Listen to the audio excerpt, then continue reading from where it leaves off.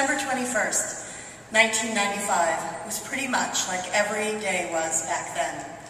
I woke up, dragged myself out of bed after not much sleep, made myself the absolute minimum of presentable, walked into my backyard, and went through the gate to my neighbor's house 2 doors down to go to work. My neighbors were a lovely couple named Mary and Mary Jo. They had a dog named Freedom and a band called Destiny, and they owned and operated a balloon store. I sat in the storefront selling balloons to folks that came in. I began each day by creating a balloon rainbow that arched between 2 parking meters in front of the store. Once that was done, I began to eagerly await the day's customers. Not because I liked selling balloons, because I needed to steal the money to buy drugs. I was 12 the first time I got drunk. I still remember it vividly. My best friend's mom was having a party, and Stephanie and I managed to get our hands on a big glass of wild turkey. After drinking it, we were both giddy and drunk and eager to join in with the grown-ups doing country western dancing on the salt-covered dining room floor. I remember learning to two-step with a man beyond old enough to be my father, who held me entirely too closely considering my age. I didn't care. I felt pretty and smart. I chased that feeling for the next 15 years. By 13, I was drinking every day. When I moved to Philadelphia at age 18, I started drinking in bars and calling myself a writer, which meant drinking was not a pastime, but a requirement and a defining characteristic, particularly among the like-minded writers that were my friends. By the spring of 1995, drugs were becoming commonplace in my group.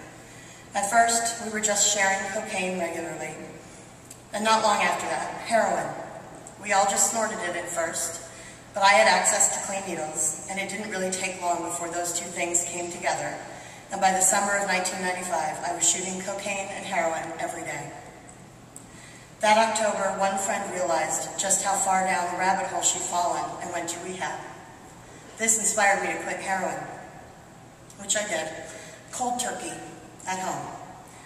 Side note, if you decide to quit heroin on your own, don't invite your mother to come stay with you while you're doing it, because it will take years for her to forgive you for demanding somewhere at the end of day 2 that you drive to North Philly and cop you some dope already.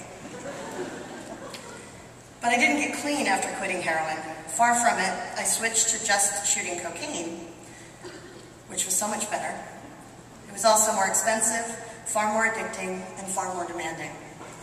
You can imagine then, on the morning of December 21st, 1995, my utter joy when someone bought a huge and expensive bouquet of balloons while my bosses were out. I immediately paged my dealer, who showed up soon after with the big bag of coke.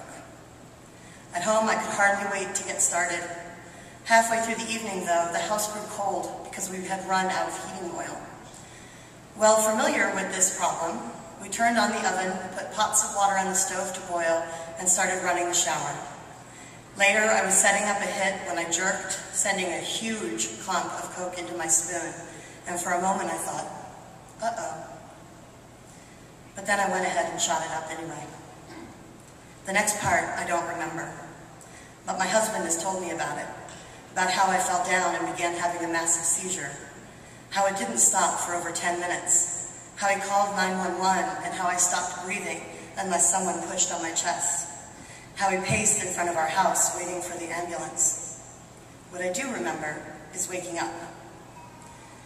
I was flat on my back and half naked because my robe came open and I was circled by my husband, 3 police officers, my neighbors, and 2 paramedics.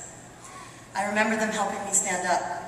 I remember them telling me to get into the ambulance. I remember putting on my boots so my feet wouldn't be bare on the December sidewalks.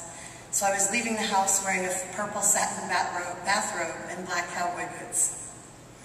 I remember lying in the back of the ambulance watching a Christmas ornament above the rear double doors bounce as we drove to the hospital. I remember the doctors telling me I'd overdosed.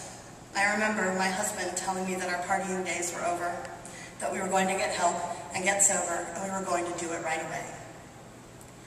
December 21st, 2010 is our 15th sobriety anniversary.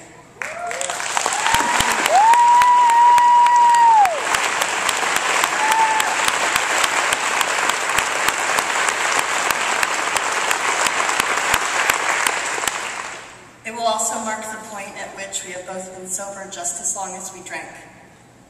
December 22nd will begin the time when I've been sober longer than I drank. It's an amazing thing. It might be the darkest day of the year, but it is the brightest day of the year in my heart. It's the day I celebrate life. It's a happy anniversary indeed. Thank you for letting me share this.